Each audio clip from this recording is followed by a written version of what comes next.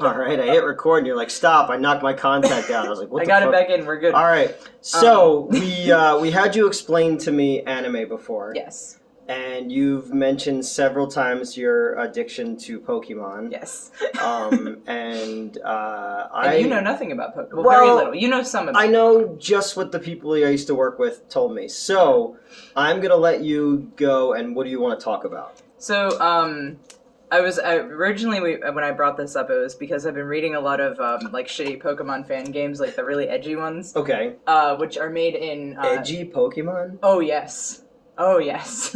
It's very funny because, obviously the main series or the actual official series is very upbeat. It's got the vibe. It's supposed to be a kid's game or easily playable by children and also other people.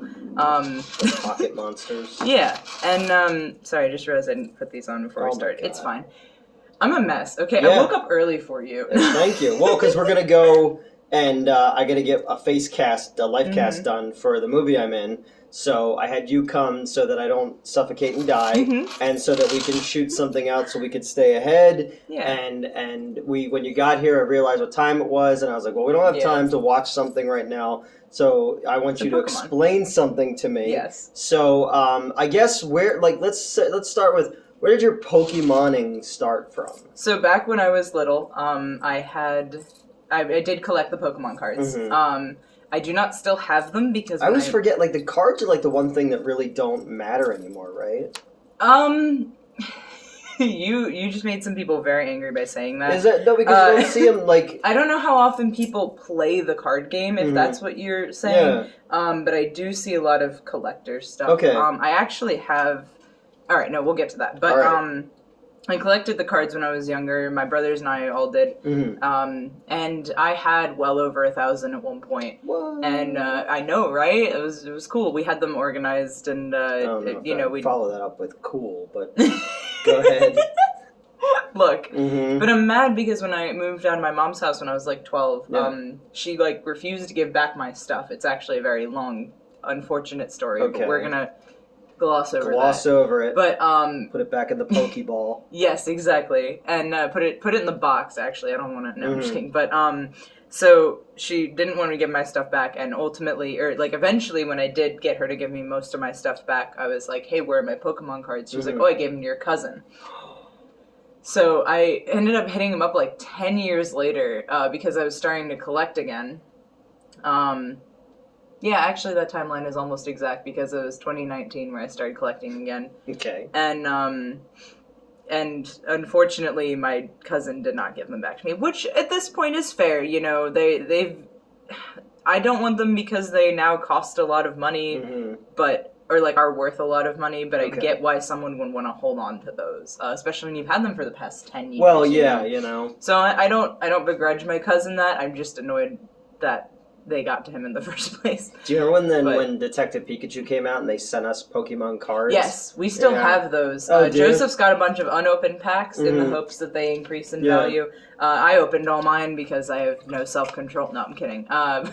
Because I don't know. I didn't want to hold on to them just to sell them. Yeah. I don't understand that aspect of collecting. I do, but I don't relate to it. But anyway, so I started collecting the Pokemon cards again when I was, in 2019. And because I very much became fixated in nostalgia. I started collecting a whole bunch of stuff that I had when I was younger.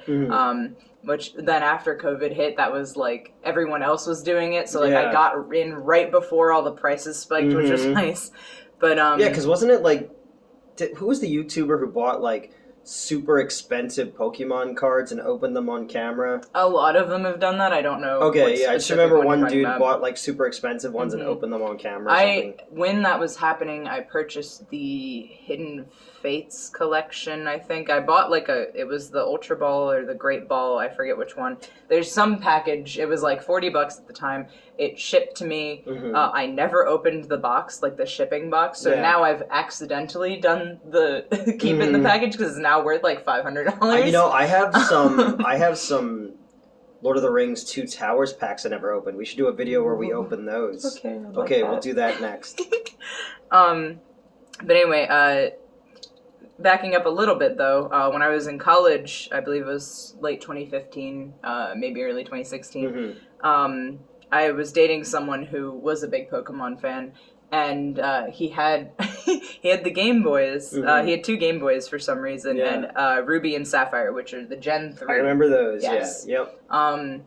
And he lent me Ruby, so like that way he could play Sapphire and we could. What was the first one? Wasn't it like red and? It was red and blue, and then there was also yellow, where you had Pikachu as a starter. Okay, I remember my cousins having them, and then me trying to play it to see what the fuck they were talking about. Did you fuck up the save? Oh, I don't know. Oh, okay. Okay, so the first time I ever heard of Pokemon was fuck, what was the dude's name? There's a comedian used to have a show, wasn't on very long. Okay. And they did a thing in it where like there was like a dream sequence where like his coworkers were Team Rocket. Okay. And it was Nikki Cox, who's a super hot, busty redheaded chick who used to be on Happily Ever After, which was a rip-off of Married with Children. That's the first time I ever heard of Pokemon. And then this dude I went to high school with who was in my study hall was like really into it. And I was just like, what the fuck? Because they said pocket monsters. There used to be the little toys that were like the monster in my pocket toys. So that's all I knew about it. And then I heard about when like all the kids the strobe lights and everybody. Oh yeah, the Porygon episode. But what drew you into it? Like it was just because it was popular at the time, or not even because that was right before. Whenever I got into it was before Pokemon Go dropped, so no one was really talking about it in my circles anyway. I very much have a collecting brain, and I like animals. Okay. So those 2 things combined, like I've never been a competitive player. I know a lot about the competitive scene. Yeah. But I have no interest in it whatsoever. The very first Underbelly episode we ever did about Pokemon, I wrote the line, "It's the world's #1 animal fighting friendship simulator." Yeah, pretty much. There's a lot of jokes about that, and some people take that because a lot of people want to turn Pokemon edgy, and a lot of times they focus on the cockfighting aspect. Okay. Where I fully expected you to make a joke, Nope. so I paused and you didn't. Nope. It's fine, but I was gonna go with the Michael Vick angle. Oh yeah, or Dogma. I guess that's fair. But. Yeah, regardless, that tends to be the place that people go edgy-wise because it's kind of just an inherent. Yeah. But, I don't know. I guess I just, like I said, just like collecting everything. Something about it just, like, clicked in my brain with, like, wanting to, like, learn what all the Pokemon are. The satisfaction of completing the decks and all that. So the first time I played Ruby, within 24 hours, I found 2 shinies, and I had no idea how rare that was. Okay. Like, right now, you didn't even react to that. Every single person who knows Pokemon that I've told that to has been like, 2 in 24 hours? Like, because I wasn't even trying. It was like a random... Yeah. Like, you can breed that, but, like, that usually takes hundreds of eggs, and... Oh my god. This is, like, it's horrifying. Like, the idea... It's pretty intense, but, yeah, but I found them wild. I found a Zubat, a shiny Zubat, and then, which is, it's the trash Pokemon in the cave. So there's, like, you've got your early Pokemon that are, like, the trash Pokemon. Okay. I still love them. And trash is in, like, they're made of trash, or, like, they're the ones No. There is a Pokemon made of trash that everyone shits on. I knew that. Yes, Trubbish, and then evolves into Garbodor. Garbodor I knew. Yeah. Yes, okay. Trubbish is the little one. It's like one trash bag, and then Garbodor is like a mountain of trash. But, no, when we say, like, the trash Pokemon, it's like you use that until you get better things, basically. Okay. Although I did get... I love that the Pokemon world has hood rats, you know? But, so I got a Zubat, and then less than 24 hours later, I got a shiny Tentacool as well. And neither of them are, like, particularly interesting, but, like, just the fact that I got them is, like, insane. And then almost every game I've played since, I've actually gotten at least one natural shiny, which is really cool, and then I end up taking it with me all the way to the end, because I'm like, fuck you, this is my boy. Which in Gen 8 actually worked out really well because it was a shiny Rookie D, which evolves into something that's Steel Flying, which Steel is a kind of a... So, okay, there are 18 types, right? And Steel is one of the strongest. Okay, Steel's also a terrible Shaquille O'Neal movie. I believe that. Yeah. But anyway, I've been reading the fan games. And there are 3 that I've been reading. I just finished one, I'm rereading another one, and then I'm starting to read this third one that is so much better than the other 2. Okay. So we've got Reborn, Uranium, and Insurgents. And Reborn is based off of an RP that people had. So like there were people who were using a lot of the competitive scene takes place in Pokemon Showdown, which is I guess you like use rental Pokemon, but you build a team and fight people within that. And there are a lot of rules surrounding competitive, and I'm not going to get into all that. But they were doing that, and on the side there was also a role play. Where they were like gym leaders, and there was a whole plot and everything. But so this fan game is based off of that, and they made it as hard as humanly possible. Okay. And every time someone figures out a way to beat it, more or less, unless it's exactly what the creator intended, she removes that workaround. Fuck that. Yeah, it got compared a lot to, I think it's Final Fantasy, at a boss called Absolute Virtue, where like it was supposed to be unbeatable, but they made it so you could actually beat it, but you weren't supposed to. And then when no one could figure it out, they like dropped a video that was like, "Here's the solution," and no one could replicate it. I did hear about that. Yeah. Yes, I heard about that. So then they ended up patching out the workaround. It was a whole thing, but it's a similar vibe where she put Magikarp in like basically the post game, and Magikarp is that flopping fish that like. It's useless, but it evolves into something really cool. You've probably seen it. It's like a red or orange. Yes. Yeah. And it evolves into like this blue dragon thing. Okay. But so she put that in the post game. What's the cat? What's the Mewtwo? Mewtwo. Yeah, that's a legendary. Okay, that's the movie I had to watch on the other show. Yeah. That is a Gen 1 legendary. Yeah, that one's pretty cool. But where's I going with this? Oh yeah, but the edgiest part of Reborn is not the fact that they insist on making it obscenely hard. It takes place in a really drab city. It opens with you're coming to the city on a train and someone blows it up. Oh my god. Which is followed by Pokemon terrorism. Yes. Which is then followed by like one of the gym leaders coming up and being like, "Yay, explosions!" Like she's a cheerleader. I don't know.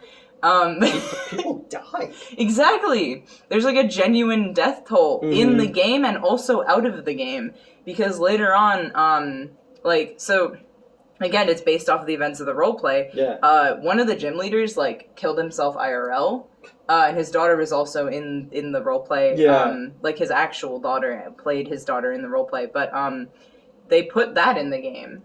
They put his suicide in the game. Children's game. Yes. About an electric hamster. Yes, exactly. And like it was just, there's a lot that's to it. It's just a really depressing, like everyone is just sad all the time. You know, it's ultimate the edgy. But it's like you escape the real world and get into this stuff, and then it's like I'm gonna bring the real world back into this. Yeah. Fuck that. Yeah. But and then it's also Pokemon. You know how cats can get AIDS? Yeah. They have like Pokemon AIDS. So they have a Pokemon virus, but it's a positive virus. Well, yeah. If you're positive, that's a bad thing. God. It's I don't remember what gen it was introduced in, but if your Pokemon catches it, it like spreads to all of your other Pokemon, which scared the shit out of me when I first saw it. Because I was like, "What do you mean it has Pokerus? What is that?" But it like increases your stats and shit, so it's actually not a bad thing. All right. It was just terrifying to see because it was like, oh, my Pokemon have a virus. Oh no, it's spreading to my entire team, and then but it was actually a good thing. It boosted all my stats. Good. But and didn't they what's Ash out of the game now? There's like a different person now. Ash was never. I don't think Ash was ever explicitly in the main series games. I haven't finished the first gen, so I don't know. I played Ash in the slasher movie trailer we did at Pokemon. Yes, I saw that was very funny. But so you play. You name your character. You're also a silent protagonist, which by the way is super annoying in Reborn because you can't, especially because it's based on a role play. You can't actually like affect the plot. Like everything has its like you can, but you can't. You're just watching a tutorial basically. Pretty much, like you do things and you battle, but then like you'll beat the bad guy, and it'll just be like, well, too bad, I'm doing it anyway. Do you think that the original creators of Pokemon were ever like, I hope that one day we get to a point where there's diseases, right? Like, homegrown terrorism. I don't know, but although in the cartoon, didn't there's a dude who pulls a gun on kids, and then they had to take that episode. And then the one dude got fake boobs. Yes. Scene? Yeah, I saw those. That's Team Rocket. You've got Jesse and James, yeah. And they're doing like a bikini contest, and yeah, James gets big old titties, which actually it's a running joke question mark. It's a running thing basically that when they get in disguises, James has like the feminine disguise, and Jesse's always in like a nice suit. And shit. So look at the melons on that dude. So, but what's the deal? Like, why? What is Team Rocket's deal? Like, why are they? So there's always an evil assholes? team in each game, and they all have different motivations. Now, do they know that they're evil, or is like, are they out to cause, or is it like terrorists? Like Al Qaeda is like, yo, we're like doing this for Allah. Are you asking me if Team Rocket is Al Qaeda? No, I'm just kidding. No, I mean, but they could be anyway. They could be the Nazis. Yeah. They thought what they were doing was right. No, you're right. They each have different motivations. Like Gen 7's is kind of sad. Like they're really goofy, and then you roll up and it's like, oh, they're in the slums. You think it was like the Team Rocket's youth? Yeah, you know. Like, oh my god! I want to see the alternate history from the Team Rocket point of view. You know. I don't know Team Rocket's exact motivation. Like I said, I haven't finished the first gen. I emulated Blue. What's the main bad guy's name though? Giovanni, wasn't it? Giovanni is in. Which gen is he? Oh my god! I remember. I'm trying now to think of things that were in our episodes back when names that I know. So a lot of things that your episode probably referenced are from the anime, which there is some overlap. But like, I was starting to say that Ash is not explicitly in the games to my knowledge. You play as like a self-insert. Essentially, you pick like your gender, but so your name is the name of the game usually, or like that's how you will refer to the protagonist outside of like I don't know what happens if you don't name your character, but like there are default names essentially. Like your rival is Gary, but you can give him whatever name you want, like Assface. It's hard. Yeah, it's hard. It's like, who's your main villain? Gary. Yeah, well, he's your rival. So he's like going through the game at the same rate you are, essentially. So your stories are like parallel? Yeah. So it's like Jesus and Brian and Life of Brian, how their lives run parallel?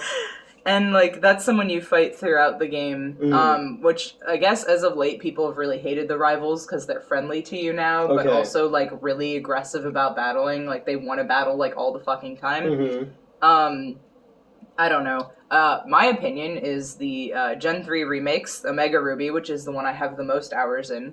Actually, that might not be true anymore. I think now Sword has my most hours. But for everybody. Yeah, I had like 500 hours in Omega Ruby. Because I have a living dex in there almost. I think I'm missing. What was it? Animal Crossing? Yes. So the dude at the last. Got a lot of. At the last job.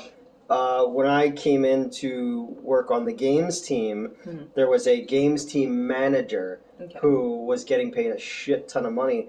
And then, like, all this work wasn't getting done, and we realized the dude had put in, like, 500 hours on Animal Crossing. So that's why no work was getting done. So I actually sat down and broke it down how many hours a day he was playing it to be doing this. And then, like, so we had a meeting in the morning, and I'm like, well, this is what's going on, why things aren't getting done. Oh, God. You know? Because, like, okay, I kind of did the same thing, but, like, also it came out, like, right around when COVID hit.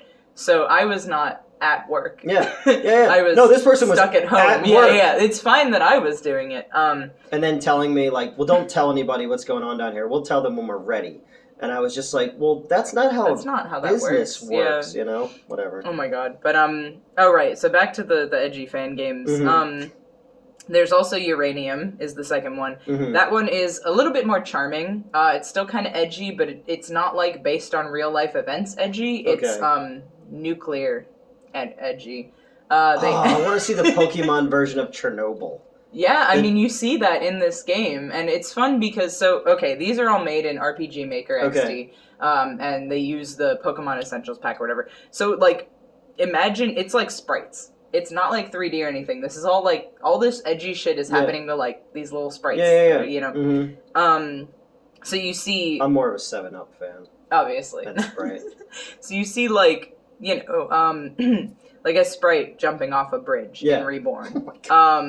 Or you see, like, I think someone gets decapitated by a Garchomp in Reborn. Wouldn't it be funny if one of the, like, Ash, like, you do one where Ash is, like, middle-aged, and he's in a bathtub, and he Yeah. drops Pikachu into the bathtub. And have you to, seen that meme? No. No. Okay. Yeah. It's That's awesome. It's a picture of like it's a bathtub, and he's in, and he's holding Pikachu. He's like, Pikachu, use Thunderbolt. It's kind of sad because his wife left him, and he can't. Well, see his kids. this one is like Kid Ash. Oh like the God, meme is Kid Ash. That's even worse. More fucked up. There should be like that. You're not alone. That 900 number pops up underneath it. Oh my God, so fucked up. Poke aside. But yeah, right. But uranium, like I said, like it opens with a nuclear explosion. Lots of explosions in these games. Did a cheerleader come out and she's like, yeah, and then all her hair falls out? No, but you have to go into like the radiation zone the first time without a suit or anything, and you fight these Pokemon that are now nuclear. Which is also a type now. They added a type to the 18 types. This sounds horrifying. It was, like I said, it was more charming than Reborn, but that's not difficult. The thing is all of these, because they're made by hardcore Pokemon nerds, I say as a hardcore Pokemon nerd, the difficulty is obscene. Because I was reading a Let's Play, so someone was, the person who was doing it was hacking in rare candies, which is it levels up your Pokemon. Now I could just think, all I can think about is the Pokemon birth defect rate rising. Right? Like, oh my God. But it's really funny because there's a Pokemon named Arbok, and it is if you flip it, it's Cobra. Yeah. But so it's got some sort of markings on its chest, similar to how a Cobra would. But in Uranium, they gave it. Obviously, they meant to give it the nuclear symbol, but they gave it the biohazard symbol. Oh.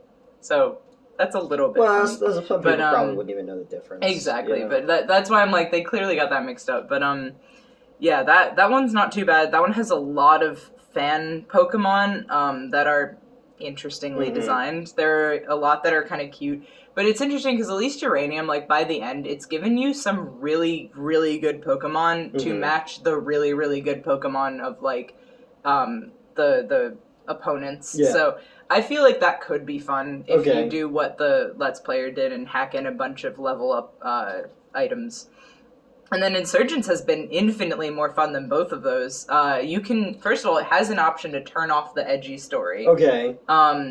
So you, like, the plot works both ways, basically. But it's also a little strange because, like, the premise, well, I'm not that far into it, but the premise thus far seems to be cults that worship, like, legendary Pokemon. Okay. So, like, the first one that we see is the Darkrai cult, which Darkrai is a very cool Pokemon. I am a huge fan of Darkrai. Its like signature thing is it puts you to sleep, like fall asleep, like and then Jigglypuff, right? Yes. When you play the song. So there are a couple of different moves that can put you to sleep. Hypnosis, I think, is the psychic type one. Sing is the normal type one that ends up on a lot of fairies. Yeah. And yeah, there are a couple different like sleep moves. I liked Poliwhirl. Poliwhirl is very had the cool. thing on his chest, You've got Poliwag, Poliwhirl's the middle evolution, then Poliwrath. There's also a fourth evolution. Yeah, nice. It just gets angrier. Like, it's Poliwhirl, but it looks angry and bigger. And then there's Politoad, which is a branch evolution. So Poliwhirl can evolve into Poliwrath by level, or Waterstone, I forget which. Or Politoad. What happens to a Politoad when struck by lightning? What? Same thing that happens to everything else. You ever see the first X-Men movie? No, maybe. Oh, it's one of the cringiest lines, but it's about Toad. She's like, what happens to a Toad when struck by lightning? I see. Same thing that happens to everyone So, like, else. he's not... Okay, I get it. But, but, where was I going? Anyway, yeah, that's a cool evolution line. I'm a fan of them. I think they stay mono water. I forget if Politoad gets another typing. Okay. But, I basically have the type chart memorized. I referenced this in the live stream. I tend to use a lot of, because you want to have a balanced team. And some people, to make it harder without doing a Nuzlocke run, which I could also explain that to you if you want, they will do monotype runs. So I can only use water Pokemon, and for example. And that would be difficult because, like, water is only super effective against certain things, and then it's also weak to certain things. So I guess you're building your cavalcade of Pokemon the same way you would do, like, Magic the Gathering or something like that, so you have things you can pull. Right, exactly. Okay, that makes more sense. And, like, I'm, like, trying to put the gaps together in my head, you know? I just actually started learning how to play Magic the Gathering. Oh, okay. Leo has insisted that I learn, and, I'm fine with that. Honestly, I'm not complaining.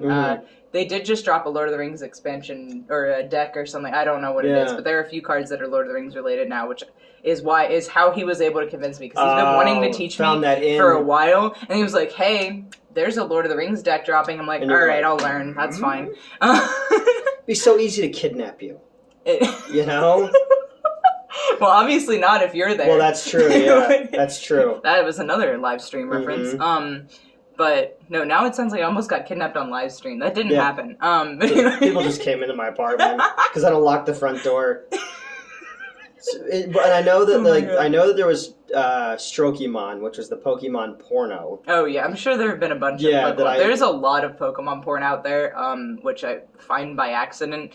I feel bad. There are a few Pokemon that are regularly made porn. Like there's regular porn of them. Lickitung. Lickitung is actually not that popular, interestingly. Oh, really? Also, I want to bestow upon you this information that the German name for it is Schlurp. Oh, I like that. Which is pretty entertaining. But, somebody did, there's like a porn website, like a casting couch thing, and someone said, put Squirtle on there, and it said the casting call was for a squirter. Oh, yeah, and I was like, okay, that's pretty funny. That's funny. But, like, all the vaguely feminine Pokemon, like Gardevoir is most popular. That is a Gen 3 Psychic Fairy. Okay. But it looks like it has a dress on. Like it does have a feminine vibe to it. It can be male or female. Salazzle can only be female, and that's like kind of a sexy lizard looking thing. So like I get like you do. Yeah, you know. Yeah. So I get how that one gets looted a lot. There's one that has a feminine build that's known for stomping.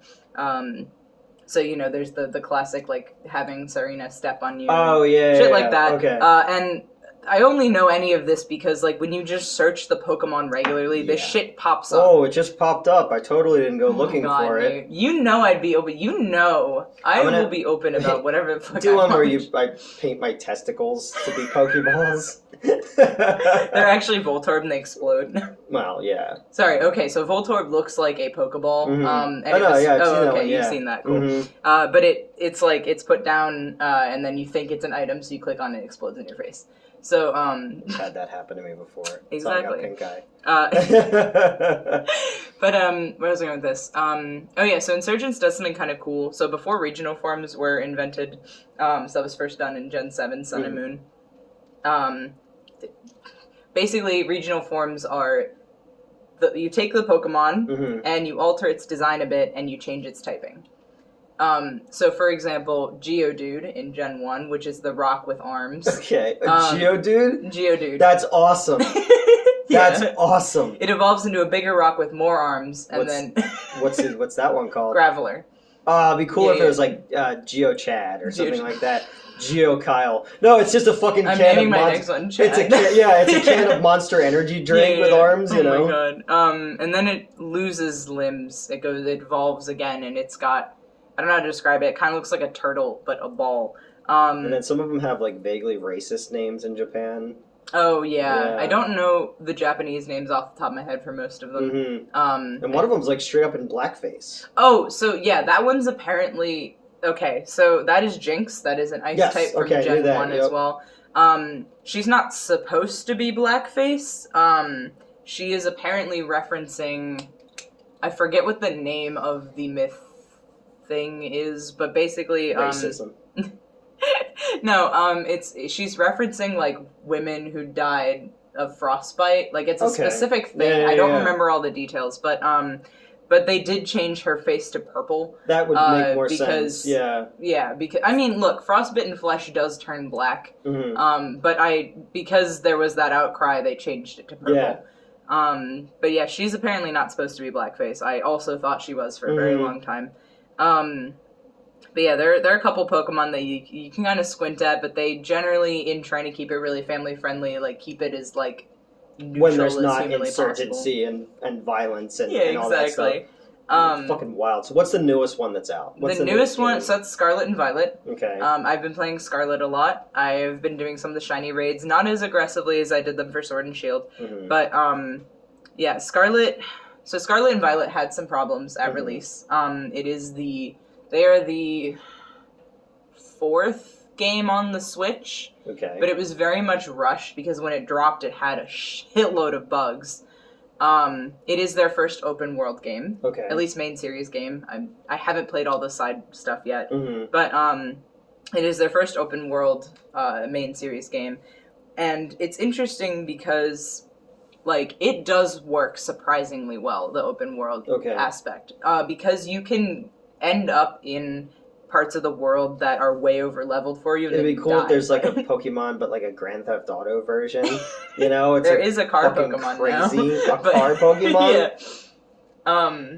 But that was introduced in Gen 9. Some poor Japanese person is just like, oh, what can we make into a candle, Pokemon candle? There are candle Pokemon. Okay, yeah, they're just kept in. That's a really good line. They're just kept in a dark room, and they're just like Pokemon. There are definitely some that are less inspired than others. Shoe. Did you ever see the Chimpokemon episode of South Park? And it's like naming all the things, and it's shoe, and it's literally just a shoe. I always like that joke, because there's a lot of contention with new Pokemon designs versus old ones. Okay. People are like, oh, they're lazy now, they just make them random objects, which first of all, Gen 1 is just as lazy, but it's like, damn, hot take. I'm just saying, like, the designs are pretty good over the generations. You have your shit designs, Bruxish. You have your really good designs. What's Bruxish? I have to show you Bruxish, because I just went on a rant about how much I fucking hate this Pokemon's design. I was going on a rant about my taxes that I had to pay, and you're talking about Bruxion. Sorry, Teddy look at Bruxion. that thing. Look at that thing. It looks like something that would be in like the Yellow Submarine cartoon from the Beatles. I mean, maybe. I've grown to appreciate. Hold on, there it is. I've grown to appreciate its. Oh God, I've grown to appreciate its coloration a lot. But I feel like the lips are wrong. They're kind of human shaped, which I don't appreciate. I don't like the weird dongle on its head. It opens up for some fucking reason. Creatures with teeth are weird too. Yeah, I don't mind the teeth, but all of it together, it just, your eye is immediately drawn to the worst parts of its design at every turn. Trust me, every time someone I meet looks at me, I know that feeling. I'm a regular Pokemon. Right? It's I think it's pure water. It doesn't evolve. It's just an ugly mess, and I hate it. I also hate Delibird, but that one's not as offensive to the eyes. Okay. But no, then you have like really cool designs. I mean, the classic is Garchomp. I referenced that earlier. It's a big fucking hammerhead shark dinosaur thing. Okay. I don't know how else to describe it, but it's very cool looking. Yeah, sounds it. I didn't describe it very well, but it is cool looking. It's got like blades on its arms. Oh, that's awesome. That's why I did this. Oh, okay. But yeah, there's some really cool designs. Also, there is the perfect design of Snom, which is... So you know, like my name in the Discord, or like my name on Discord is Snomberry. I'm gonna get tattoos of Snoms eventually. It's this perfect little ice bug introduced in Gen 8, based off of a what the fuck's the name of that caterpillar? I don't know. It's like a clear caterpillar, but it's obscenely cute. It evolves by it evolves by friendship into this really pretty moth. Oh yeah, so there are different ways to evolve Pokemon. You can do it by leveling up, which is the most common one. You can do it with evolution items. There are trade evolutions, and then trade evolutions. Are there people who don't believe in Pokemon evolution? Probably, because you can force them not to evolve. Yeah, is there like there's like a what's that? There's that museum in like Tennessee, the creationists. So there's like a Pokemon creationist thing. Is there a Charles Darwin of the Pokemon? Probably. But so you can evolve them by level. You can evolve them by giving them items, which is different from giving them items to hold. But that's battle thing. But like you can use an item like a stone, like a leaf stone on an Eevee will give you a Leafeon. Okay. That used to be that you had to level it up near a rock, but that's unrelated. Sounds so intricate in detail. Things have improved and are a lot easier now for evolutions. Although I kind of like the weird evolutions. Notably, you've got Inkay evolves into Malamar. They're like squids. Malamar? It's like a candy thing. Yeah. Oh, okay. Well, it's a squid in Pokemon. But as it starts evolving, you got to flip the device upside down. To make it evolve into Malamar, which I think is cool as well. But I like that they evolved from friendship. I was like, maybe that's like... some evolve from it's friendship. Like a subtle thing about like humanity. That we can all evolve through friendship. Exactly, and that's why turning Pokemon edgy is like... at best. You know, like, it's like, come on. Like, I respect if you branch into some of the darker aspects of it, but there's a way to do that without making cults that Becoming worship an Pokemon edgelord, or adding a nuclear type and like shit like that. Like, there are ways that you can lean in. Like, okay, Pokedex entries. So it's just when you first catch a Pokemon, it gives you all this information. Okay. Like its average height and weight, its typing, its name, and then like a little blurb about it. Pretty much all the ghost types have horrific Pokedex entries. Yeah. One of my favorites, Yamask. Yamask? Yamask, yeah. I don't know where the emphasis goes in that one, but it's one of my favorites. Mask. It's very cute. It's like this little... Gengar's a ghost one, right? Gengar is a ghost. That one has some ominous Pokedex entries itself, but I think one that implies it was once a human. I might be misremembering, but either way, all the ghost types have really messed up entries. But the Yamask is specifically, it's holding a little like mask, and the Pokedex entry says that that mask that it holds is its face when it was a human, like when it was alive. Yeah. So like, it's this adorable Pokemon, and then you read the Dex entry, and you're like, holy shit, sounds like some kind of, like, Korean folklore about ghosts or something. That's probably where, because a lot of Pokemon are based off of folklore and, like, myths and legends and that sort of thing. There's a whole, like, evolution, or legendary line in Gen 7, 6, somewhere around there. I think it's 6. Are there any Jennies from the block? What?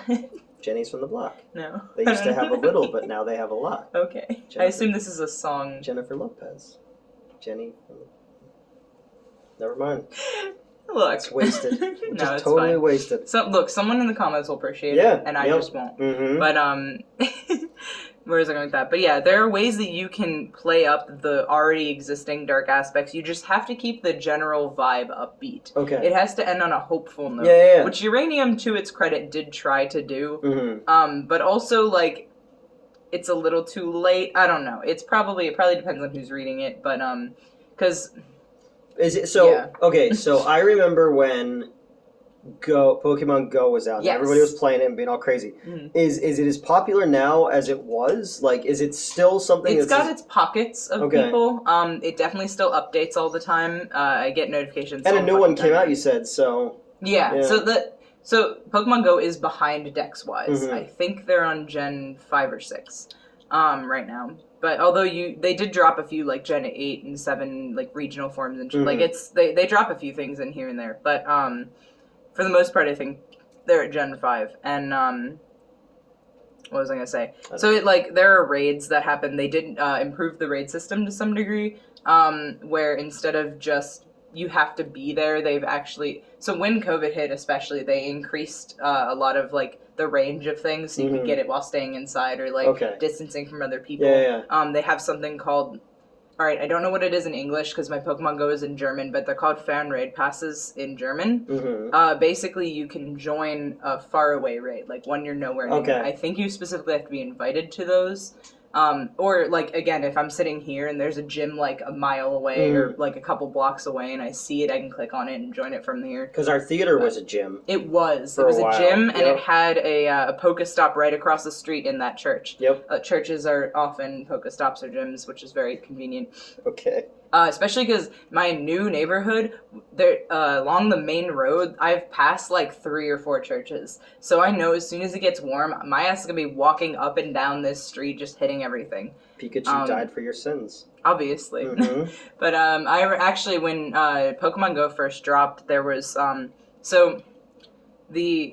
There was a game before Pokemon Go called Ingress. Okay. And I don't know all the details of it because I never played it, but you basically had to go around and like visit these important places and do something. I don't know what. All right. But when Pokemon Go was released, it ported all of the locations over. Oh, okay. So there was an issue where Pokemon were spawning, especially because they spawn with high cell phone location. Like if there are a lot of people that gather in one location, there are Pokemon spawning at like Holocaust memorials and shit. Obviously, Pokemon Go was like, oh Christ, and fixed that. Yeah, no, we don't want anybody going to Pokawitz. Yeah, exactly. So, but when that first dropped, because it was based off of, like, important historical monuments and shit, you were getting Pokemon spawning at memorials, like 9/11 memorials and, like, Actually, I specifically remember there was a 9/11 memorial I was at. Well, to be fair, that's a place that you would never forget. Yeah, exactly. To go get Pokemon at. It was a Pokestop. So that was, that was an issue for a little while. I do think they fixed that, because my favorite thing was that people were getting lured and beaten up. Yeah, I don't know, like, how much that actually happened, but I did hear that it happened. When I heard that. I know, like, people would, ignore signage of, like, this is a dangerous area, and, like, fall down cliffs and shit. And then, like... Pokemon. Yep. And then the cuter side of it, keeping with the theme of Pokemon being a little more upbeat, is I saw a lot of businesses that were like, hey, we're a Pokestop. We've got a lure down, like, come hang out here. Or, like, sometimes there were, like, small discounts or, like, you know. It was very cute. I really liked walking around and, like, especially because, like I said, I was in college when it dropped. And so, that little fish that I mentioned earlier, the useless fish that evolves into a big blue dragon. There was a nest of those outside of my science center at my school. So, or like my college. So I had like 4 Gyarados before anybody else, and it's pretty powerful. It does have a 4-time weakness to electricity, but it's son of a bitch because it's water flying in both of them. It's fine. I could really go off. I know. Matchups, but we're not. All right, so we gotta wrap up because we gotta go get my face cast. So I did I learn a lot today about Pokemon? Did you? I think you did. There's a lot more, but like, am I ready to be a master yet? I think so. Okay. I think we could give you a starter and send you out in the world. Do you think is Elvira your starter? Yeah. I'm gonna say she's psychic dark type. I can see that. And her courage will pull me through. Yes. And then I'll teach her, and she'll teach you. Is that how that goes? Yes. Okay. You're gonna get stuck in my head, but yeah. All right, guys. So that's how we learned about Pokemon, and I'm gonna dig out those pack of Lord of the Rings cards, and we'll open those. But first, I'm gonna go get my face covered in stuff and plaster, and sit perfectly still for 2 hours. So thanks for joining us. Yep. And I guess you guys will have a whole conversation about Pokemon that I won't know what the fuck's going on, and then you'll just chime in, and I'll just get all these notifications of words that I just think are fucking gobbledygook. So, all right, goodbye. Bye.